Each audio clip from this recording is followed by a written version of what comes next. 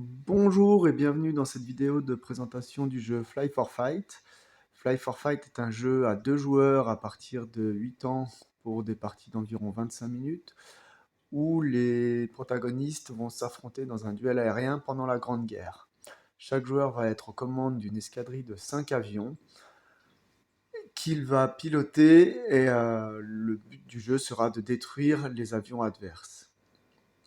Là, vous avez un ensemble, la vue d'ensemble du matériel avec un panneau de contrôle pour chacun des deux joueurs et également des jetons qui permettent de programmer les déplacements des avions de chaque joueur. Là pour les joueurs rouges et là pour le joueur bleu ici. Dans Fly for Fight, tout est simultané. Donc les joueurs vont d'abord programmer les déplacements dans l'ordre du tour. D'abord un mouvement gratuit de la part du commandant, qui n'est pas obligatoire. Ensuite, il y a un mouvement de la part de tous les avions, où là, tous les avions vont être programmés simultanément grâce aux jetons qui vont être programmés sur les cases contenant des flèches rouges. On voit ici que le panneau est avec un disque rotatif qui permet de mieux s'orienter dans l'espace. Et ensuite, on va passer à la phase de tir. Donc, on va révéler en même temps, d'abord pendant la phase de mouvement, tous les joueurs vont programmer les mouvements de tous leurs avions. Ensuite, ils vont révéler et on va déplacer tous les avions simultanément. Ensuite va venir la phase de tir où tous les avions vont tirer simultanément. Donc, il n'y a pas de problème avec qui tire le dé en premier puisque chaque avion en capacité de tirer pourra résoudre son tir. Et ensuite, si les lieutenants ont survécu, ils auront droit à un deuxième tir durant cette même phase, ce qui va créer un peu une différence entre les trois types d'avions. Il y a les chasseurs qui se déplacent une fois et tirent une fois, les lieutenants qui se déplacent une fois et peuvent tirer deux fois, et les commandants qui peuvent se déplacer deux fois et tirer une fois. Donc là, je vais passer à la programmation typique. Donc là, pour l'armée rouge, avec les avions qui se trouvent ici, j'oriente mon disque face à moi et je vais programmer tous les mouvements. Ici, mes avions vont choisir. Donc d'abord, c'est d'abord le mouvement du commandant. Il y a un mouvement gratuit de la part des commandants. Normalement, c'est cacher et révéler ensuite. Donc là, pour la présentation, je vais faire un mouvement très basique. C'est que mes deux commandants vont aller vers l'avant, ou lui, il va plutôt aller par là. Donc ça voit les différences de mouvement. Donc là, mon commandant rouge, il est ici. Je vois que je me déplace de 3 cases vers l'avant. 1, 2, 3. Et ici, mon commandant bleu, lui, va plutôt chercher à rejoindre le centre et aller ici. Tac.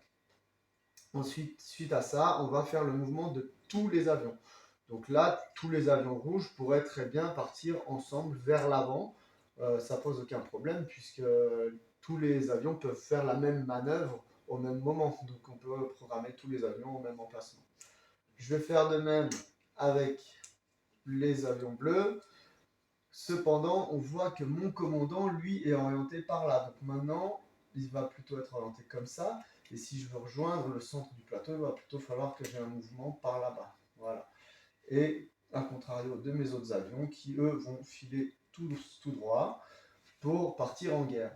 Donc là, hop, 1, 2, 3, 1, 2, 3, 1, 2, 3. Tac. Mon commandant, lui, on voit qu'il fait 1 en avant et 2 à gauche. 1, 2, 3.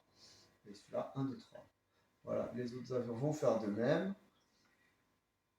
Et voilà le tour 1. Ensuite, il va y avoir la phase de tir. La portée maximale de tir de tous les avions sur le plateau ici est de 6 cases. Donc là, on voit que lui, il pourrait tirer 1, 2, 3, 4, 5, 6. Et l'angle de tir est calculé depuis les deux traits qui partent du côté avant de l'avion. Donc là, on partirait ici et ici. Tac. Donc ça fait un angle de tir quand même assez large.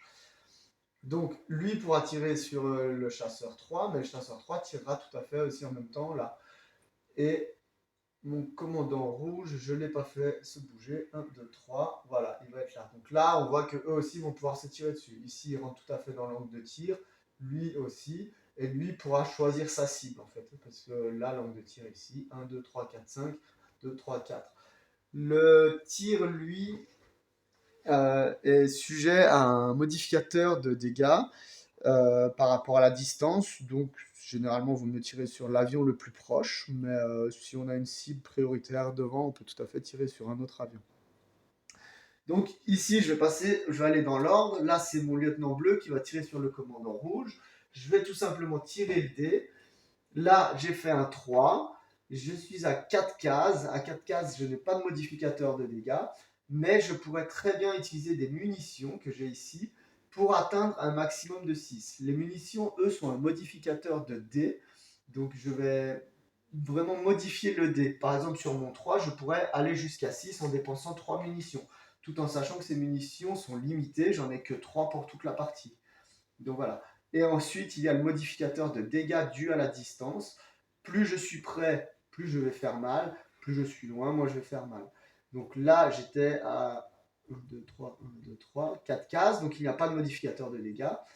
Donc, et je vais décider de ne pas utiliser de munitions parce que le commandant adverse ayant 5 points de vie, utiliser les munitions tout de suite pour le faire perdre 3 points de vie, je trouve pas forcément ça très rentable. Donc, je n'utilise pas de munitions. Le commandant a le droit de tirer immédiatement. Donc lui aussi va tirer. Hop.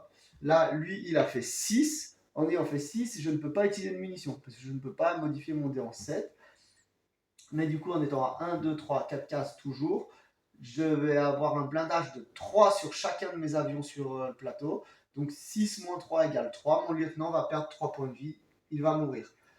Étant donné qu'il meurt, il n'aura pas sa deuxième phase de tir, parce que sa phase de tir, la deuxième phase de tir des lieutenants est si la condition qu'il reste en vie durant la première phase de tir. Donc là, il va mourir. Je vais simplement le retirer du jeu et retirer son petit jeton qui permet de le programmer.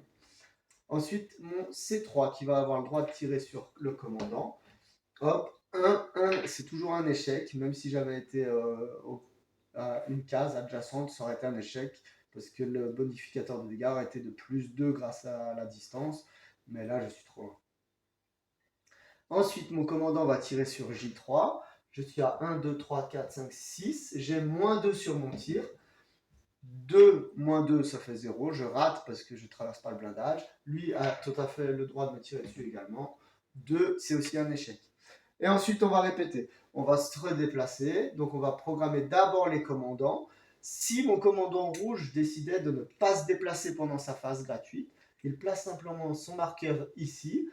Et quand il va révéler le jeu, il va dire ok, je ne profite pas de mon accélération de mon commandant. C'est le seul mouvement qui n'est pas obligatoire.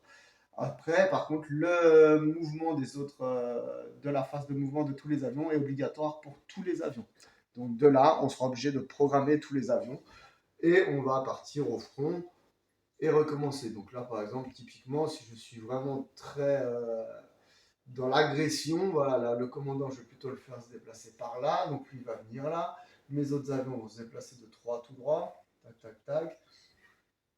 Et eux, si j'avais été un peu plus prudent, j'aurais pu me déplacer moins vite et je serais venu par là, même m'orienter ici, par exemple avec mon C2. J'ai toute une plage de manœuvres que je peux exercer. Et donc du coup, voilà, tac, tac, tac, et tac. À savoir que les avions ne gênent pas les lignes de vue entre eux, donc lui pourrait tout à fait tirer sur lui. En fait, on va considérer que les avions ne sont pas à la même altitude. Donc, je peux tout à fait tirer au travers d'un avion ami, il n'y a pas de souci. Autre cas de figure qu'on n'a pas vu, si à un moment donné dans les déplacements, deux avions arrivent sur la même case mais pas dans la même orientation, là on va considérer qu'ils s'évitent et les deux avions vont avancer d'une case vers l'avant de leur direction. On va considérer qu'ils s'évitent tout simplement. Et si malheureusement deux avions arrivent sur la même case et dans la même orientation, là il va y avoir une collision et chacun des avions va perdre un nombre de points de vie égal au nombre de points de vie de l'autre avion, de l'avion qui vient de percuter. Il y a tout le temps au moins un mort et il peut avoir deux morts si les deux avions ont le même nombre de points de vie. Si par exemple ça avait été deux chasseurs avec 2 points de vie chacun, les deux auraient perdu 2 points de vie et les deux seraient décédés. Tac, tac. Voilà. Voilà pour Fly for Fight. Donc après, les tours se répètent comme ça, on programme, on se tire dessus et on se détruit. Dans cette version de base, on incarne les Français contre les Allemands. Il existe une variante où on intègre le Baron Rouge. Le Baron Rouge est un avion un peu spécial qui a un triplan. Lui, il va avoir un peu de règles spéciales. Ça va être un Uber avion. Et on va avoir des mouvements un peu spéciaux. Et en fait, on va avoir droit à 2 mouvements par tour. et également 2 tirs par tour. Mais à ce moment-là, le joueur allemand n'aura pas de munitions. En fait, il va jouer plutôt sur le pilotage et fera confiance à ses jets de dés. Il existe également déjà plusieurs extensions intégrant Cthulhu et les mythes de Lovecraft, où là, ça va être les Américains contre les Japonais qui vont s'affronter au milieu du Pacifique. Et là, il y aura plusieurs voies pour gagner, soit continuer à tuer l'autre, ce qui va être un duel, et puis fuir le lieu d'apparition de Cthulhu, soit de faire une coalition pour tuer Cthulhu, et là, va gagner à deux. Euh, il existe aussi deux autres extensions. Donc l'extension de Cthulhu est un standalone qui se joue à part entière tout seul.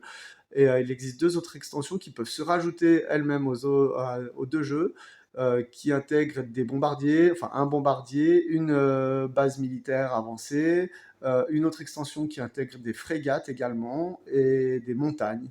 Donc voilà, donc on peut tout à fait étoffer son jeu et toutes les extensions peuvent fonctionner les unes avec les autres, ce qui fait qu'on peut avoir un jeu auquel on peut jouer jusqu'à 4 joueurs. Voilà, je vous remercie pour votre attention pour cette vidéo. Je vous souhaite une bonne journée.